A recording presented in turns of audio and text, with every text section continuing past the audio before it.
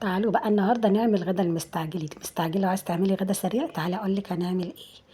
لايك بقى وشير للفيديو. ولأول مرة بتشوفوني، انا اسمي نبيلة السيد. اول حاجة هجيب الحلة كده واحط بقى فيها ورقة اللورة والمستكة والحبهان والحاجات بتاعت الشوربة اللي احنا بنحب نحطها، التوابل بالشوربة يعني. هسخن الحلة قوي وهنزل بقطع اللحمة بتاعتي، اخلي اللحمة دي تاخد تشويحة. اهم حاجة يعني تاخد منك كده ايه، تشويحة كده عشان تاخدي شوربة حلوة فاتحة ومش مغمقة، وكمان في نفس الوقت طعمها في منتهى الجمال، تشمي ريحتها من آخر الدنيا. يبقى بعد ما الحلة سخنت هنزل بقطع اللحمة. أهم حاجة الحلة تكون سخنة جدا علشان خاطر اللحمة ما تنزلش مية. هنا بقى خلاص نزلت بقطع اللحمة بتاعتي كلها، وطبعا أول ما بنزل بيها كلها ما بقلبهاش في ساعتها، لازم أسيبها كده بتاع دقيقة كده، تاخد ايه يعني لسعة كده من تحت. شايفين بقى أول ما سبتها خدت ايه يعني، زي تشويحة كده من تحت. هنا بقى هبتدي ان انا ايه اقلبها عادي بقى، خلاص هي كده سخنت واللحمه كمان سخنت معايا كويس.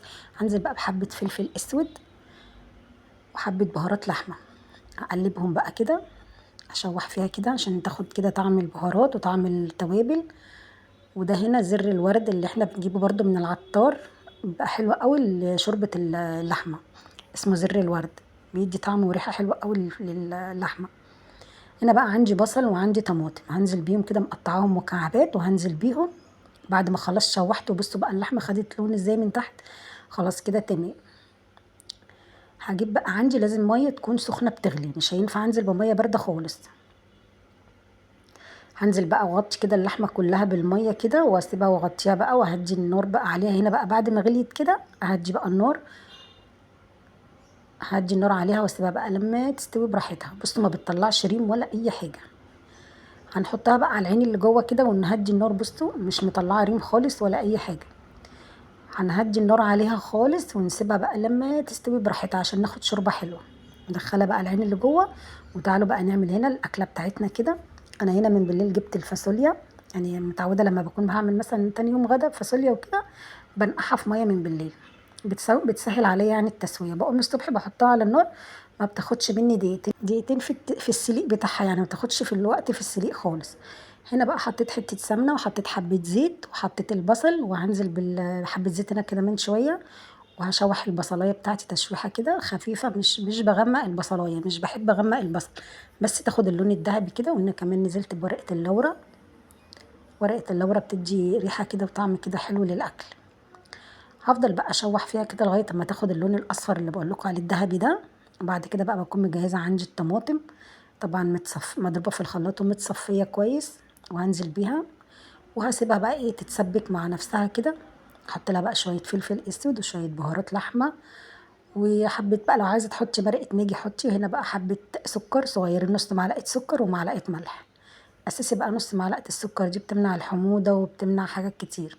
وحبه كمون طبعا عشان دي بقوليات، حبه كمون صغيره. هقلبهم بقى تقليبه حلوه كده وهغطيها واسيبها لغايه اما تتسبك.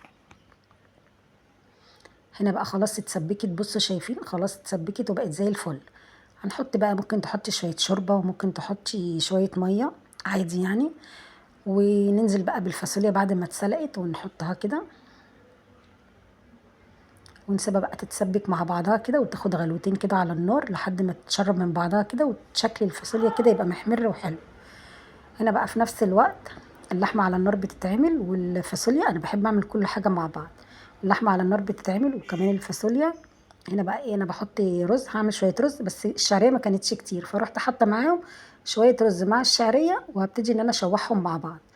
هشوحهم بقى يغمقوا كده شوية بدل الشعرية، يعني حطيت شوية رز يكملوا بدل الشعرية.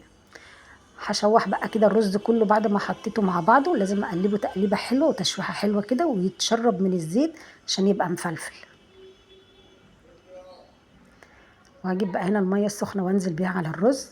وكده خلاص خلصنا الرز وخلصنا اللحمه وكمان خلصنا الفاصوليا، كلهم التلاتة هيخلصوا مع بعض، يعني بحب اخلص كل حاجه مع بعض. تعالوا بقى نغرف كده ان الرز يتعمل وبص مفلفل وزي الفل. كمان بحب احط معاه ورقه لورا، بتفرق قوي في طعم ورقه اللورا. وممكن تحطي فص مستكه صغير ده لو بتحبي طبعا، بس انا ساعات بحطه وساعات ما بحطش. بس ورقه اللورا اساسي بحطها وانا بشوح الشعريه. الرز نسيت اقول لكم واحنا بنعمله بنحط يعني لو حتى نص معلقه سمنه، انا بحب اعمله بالزيت بس لازم احط نص معلقه سمنه عشان تديله ريحه، مش اكتر، لكن بحب اعمله بزيت كده عشان بيفضل مفلفل كده وحلو يعني. فبحط نص معلقه سمنه بلدي مع الزيت، وبحط ورقه اللورة مع الشعريه كده وانا بشوحهم، فبيدي ريحه حلوه قوي للرز. هنا بقى الفاصوليا، بص مش عايزه اقول لكم بقى ايه، جميله في منتهى الجمال، ما خدتش مني وقت عشان انا نقعتها من بالليل، فما خدتش مني وقت خالص. هنغرب بقى كده كله وخلاص كده. واللحمه كمان ممكن بقى انت هنا، انا هنا اللحمه حبيناها مسلوقه كده، بصوا شكل الشوربه يفتح النفس. يعني مش عايزه اقول لكم ريحتها وطعم الشوربه جميل قوي.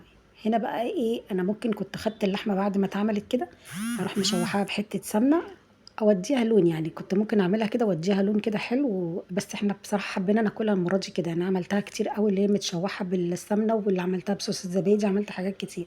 النهارده حبيت اعملها مسلوقه بس كده، وطلبوها مني مسلوقه. فانتوا بقى لو عايزين تغيروا في اللحمه وتعملوها مشوحه، هتعمليها كده وتقلبيها بحته سمنه، وتنزلي عليها بالفلفل الاسود والبهارات اللحمه، وتحطي نص معلقه كده طماطم، وممكن تدخليها كمان الفرن تاخد تحت الشوايه لون كده، وتقدميها هتبقى في منتهى الجمال. بس احنا حبيناها مسلوقه، انا بقول للي عايز ياكلها يعني محمره او حاجه. هنا بقى خلاص كده كان خلصت الوصفه بتاعتي، اكله سهله كده وبسيطه ما خدتش وقت خالص. للمستعجلين جايين من بره بقى، الفاصوليا والرز ما بياخدوش وقت خالص. اهم حاجه الفيديو يكون عجبكم. لو عجبكم بقى الفيديو متنسوش تعملوا لايك وشير وسبسكرايب للقناه، وتقولوا رايكم في الكومنتات، واشوفكم الفيديو الجاي، والسلام عليكم.